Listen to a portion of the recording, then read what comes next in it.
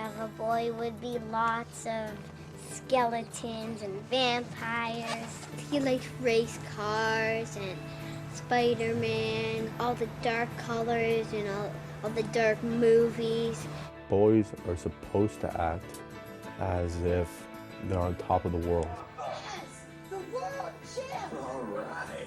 Girls have made some progress in the kind of clothes they can wear and the kind of ways they can express themselves. But boys are actually more straitjacketed now in a certain kind of way than they were before. You can't be a real boy unless you dress in the most classic stereotype kind of way. You can't be a real boy unless you play rough and tumble kind of sports. What you're seeing an initiation, which is really channeling the humanity of young boys and later of girls into very narrow cultural molds. And you see the resistance, that boys resist that. Are you a real boy? No.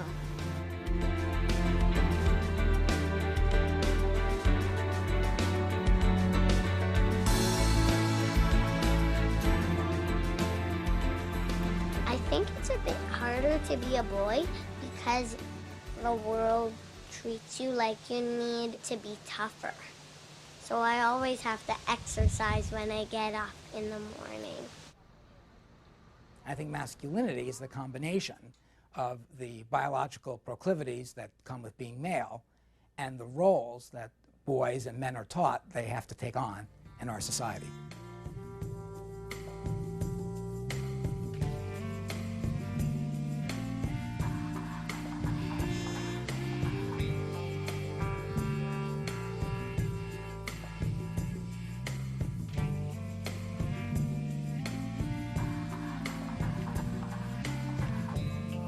One of the first things we discovered about boys was that they were living under what we call the boy code. And it goes something like this. Be a big boy. Stand on your own 2 feet. Being tough, being strong, not being as affectionate as a girl would be, not letting things bother you as easy as it would bother a girl.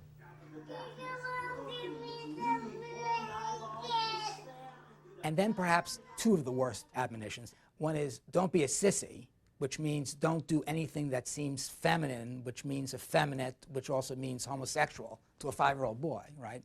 And big boys don't cry. Now, aside from the fact that big boys do cry, and all human beings cry, that message really means that when you most feel pain, you shouldn't be close to the people you're close to, you shouldn't share it, and you shouldn't show it. You should wear a mask of bravado. We still see parents who say, well, if you're going to cry, I'm going to give you something to cry, which means that the message is, you better bloody well be in real pain if you're going to cry. You can't be in, and it better be physical pain, it can't be emotional pain. We want people who won't just go off and cry. We want the boys that can stand a lot before they have to break down in tears. That code encases boys in what I call a gender straitjacket, in which the major feeling they can express, unless they're happy, is anger. And anger becomes a final common pathway, a funnel, for all the sadness, pain, and yearning and empathy that boys feel inside. What emotions are boys allowed to express? Well, usually it's their anger. Boys have to control their no love, really. They kind of want to be independent a bit more. And they want to control sadness. Who gives these messages in our culture? I think the parents teach it to the kids. The judge and the mayor. I'd say the schoolyard, the media.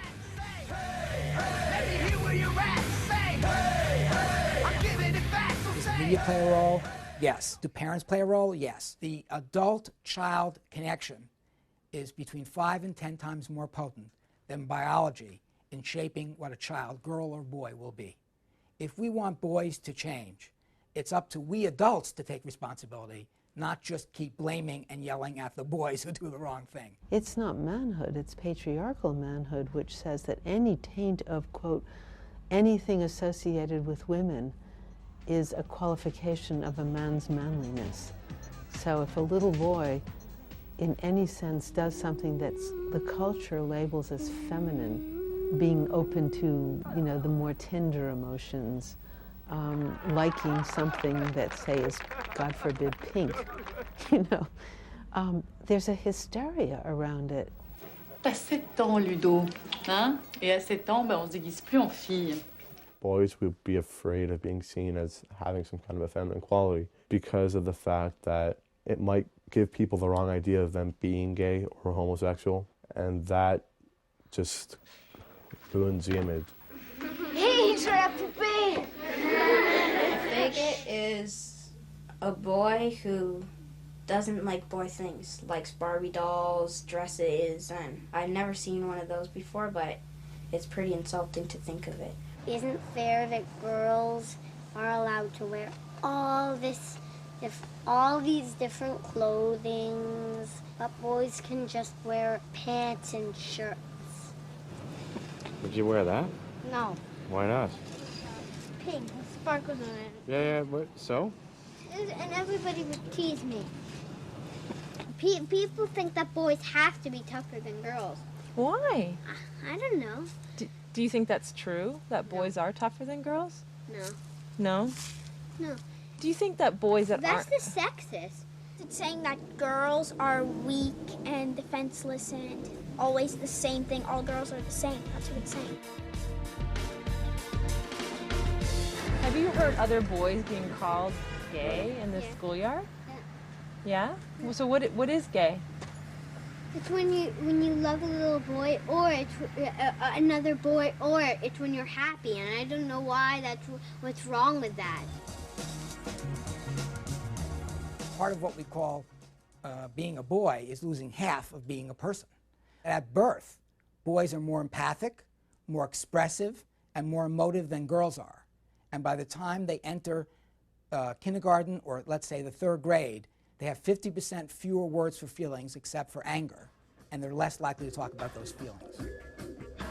I observed 4- and 5-year-old boys, and I suddenly saw that these boys who were still at 4, you know, playing with bunnies and, you know, with dress up, were starting to play the good guys and the bad guys. Are you a bad guy? And I looked at the girls, and they weren't playing good girls and bad girls. And I realized good girls and bad girls is the adolescent game for girls. Aiden, come on! A good boy is just one of those people that always try and save the day, and then the bad one's always the one that is trying to take over the world or something. When I played Good Guys and Bad Guys, I was 6 years old, and then once we hit 7, we stopped, and then that's when the bullying started. Stupid! You're such a loser. Come on, Four Eyes, give me your lunch money now. Give it to me before I smack you.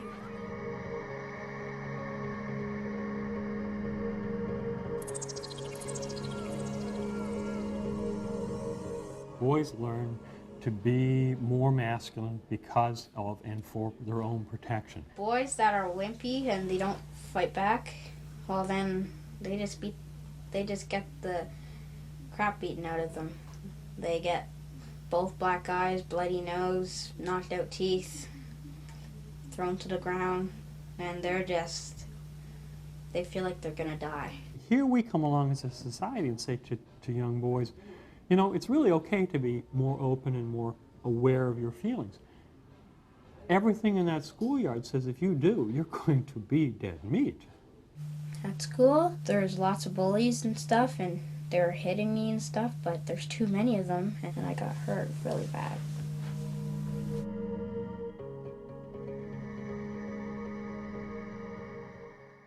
Deep in our hearts, we believe that boys are primitive, aggressive creatures, something like chimpanzees, who have to be watched over as much as possible, who are likely to be sexual predators, and who will dominate us if they get half a chance.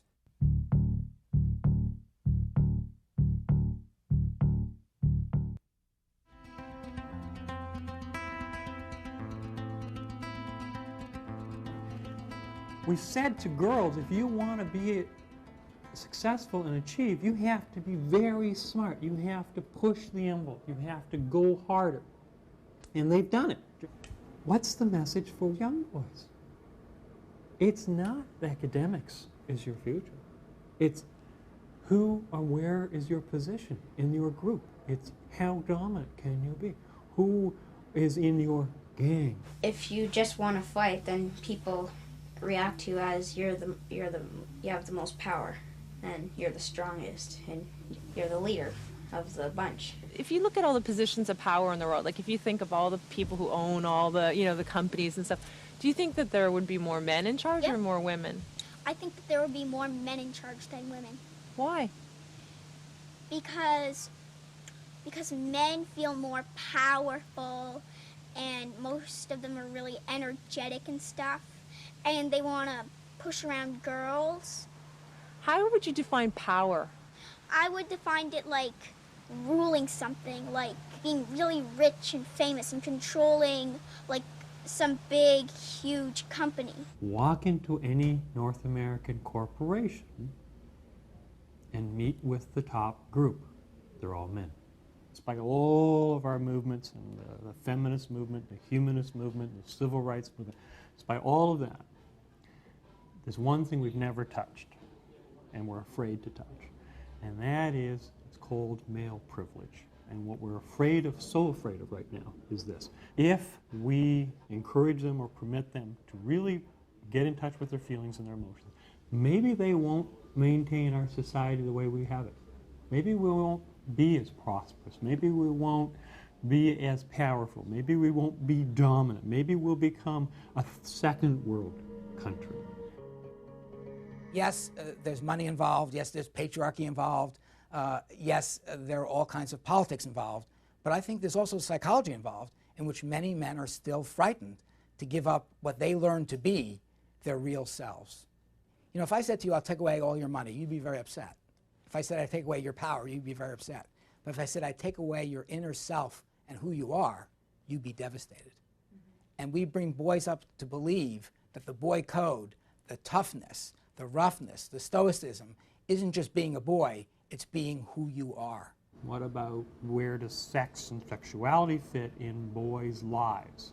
And we then are appalled and we go, oh my God, they're into conquer. And the number of, marks on the bedpost kind of concept. And we go, geez, I don't know how that happened. And you go, whoa, whoa, whoa, whoa, back up. What did you teach them? You taught them dominance is power. Dominance means you will not be hassled. And we wonder why young boys are in a rush to get rid of their virginity. The really popular guys, their interests are sports, cars, and girls, basically. You lose your virginity, you're now a man rather than a boy. The only way the boy knows how to relate, because he's been taught from 5 onward not to share feelings, not to talk, not to have words, is to sexualize the relationships. Deep in our hearts, we believe that boys are primitive, aggressive creatures, something like chimpanzees, who have to be watched over as much as possible, who are likely to be sexual predators, and who will dominate us if they get half a chance. We don't realize that they only become that way if we believe it and teach that. We're finding that males who actually have not been completely co-opted by the concept of dominance and being in charge in the male image, this male code concept, actually make much better sexual partners and are much happier with their own sexuality. Because to talk about pleasure is to talk about emotions, and to talk about vulnerability, to talk about compassion. You can see how the way we socialize boys, according to that code, not only hurts boys, it hurts women, it hurts other men, and it hurts the stability of a caring, interconnected, interpersonal society. And that's the kind of society modern societies have to be. Masculinity and femininity are much closer to each other than we'd like to imagine, even given the biological differences. We maintain these rigid distances from each other because we're scared of what it would mean if we realize that we're not so different from women.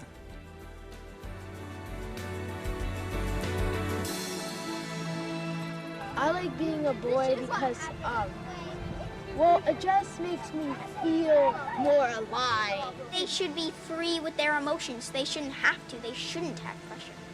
I think that boys and girls are the same essentially inside.